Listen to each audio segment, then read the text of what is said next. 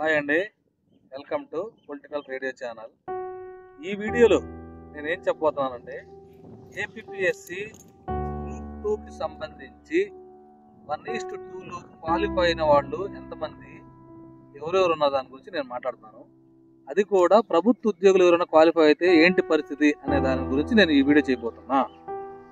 ఓకేనండి. అయితే నా ఫస్ట్ పాయింట్ ఏంటి అంటే, ఈ గ్రూప్ 2లో ఫైనల్గా మెయిన్స్ రిజల్ట్స్ 1:2లో ఇచ్చారు కదా.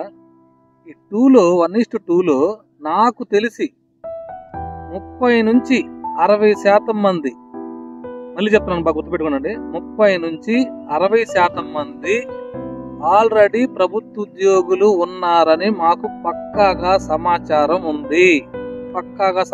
ఉంది. అయితే నేను ఏం మాట్లాడదలుచుకుంటున్నానంటే, మీరు ఒకసారి చూడండి ఎగ్జాంపుల్స్. అయితే వీళ్ళు ఏం చేయాలనే దాని గురించి చెప్తున్నాను.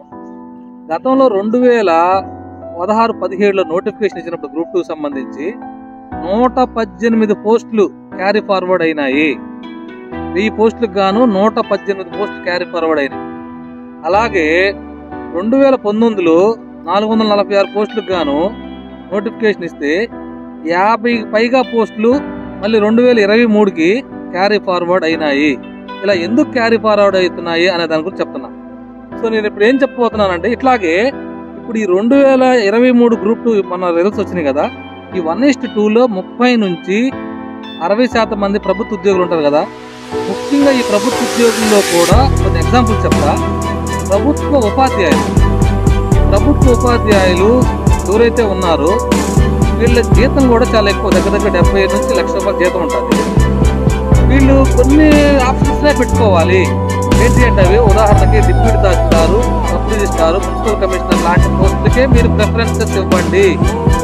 ఏఎస్ఓ కానీ, జూనియర్ అసిస్టెంట్ కానీ, junior assistant in jails, junior assistant in DGP office, ఇట్లాంటి ఉద్యోగాలు ప్రభుత్వం తీసుకెళ్ళి చేయలేరు. కాబట్టి దయచేసి మీకు ఏం చెప్తున్నానంటే, ఈ వీడియో చాలా ఇంపార్టెంట్ అంటే సేవ్ చేసుకోండి. మీరు ఏం చెప్తున్నానంటే, దయచేసి అట్లాంటి ఆప్షన్లు మీరు పెట్టవద్దు. మళ్ళీ ఒకవేళ ఆప్షన్స్ అడిగితే ఈ మూడిటికే పెట్టండి.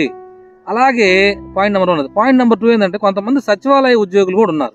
ఆ సచివాలయ ఉద్యోగులు భార్యాభర్తలు కూడా ఉద్యోగాలు చేస్తున్నారు.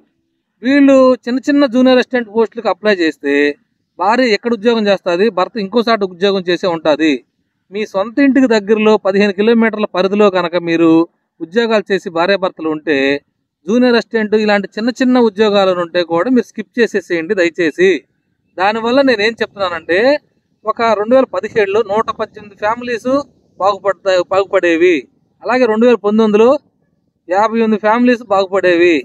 దీన్ని దృష్టిలో పెట్టుకొని, నాకు తెలిసిన అంటే నేను దాని మీద స్టడీ చేశాను కాబట్టి చెప్తున్నానండి, చాలామంది ఆల్రెడీ ప్రభుత్వ ఉద్యోగం చేస్తున్న వాళ్ళే గ్రూప్ 2 మెయిన్స్లు 1:2లో ఉన్నారు. వాళ్ళకి నచ్చిన పోస్టులు వస్తేనే వెళ్ళండి, లేకపోతే దయచేసి వెళ్ళవద్దు. అలా వెళ్ళటం ద్వారా క్యారీ ఫార్వర్డ్ అయ్యే అవకాశం ఉంటుంది. అలా వెళ్లకుండా కనుక మనం వదిలేస్తే ఆ కొంతమంది జీవితాలనైనా కూడా మనం న్యాయం చేయగలుగుతాం అనేది నా ఉద్దేశం. ఇది నేను చెప్పబోతున్నానండి. Thank you very much. ఈ వీడియో చాలా మందికి చేరాలనేది నా ఉద్దేశం అండి.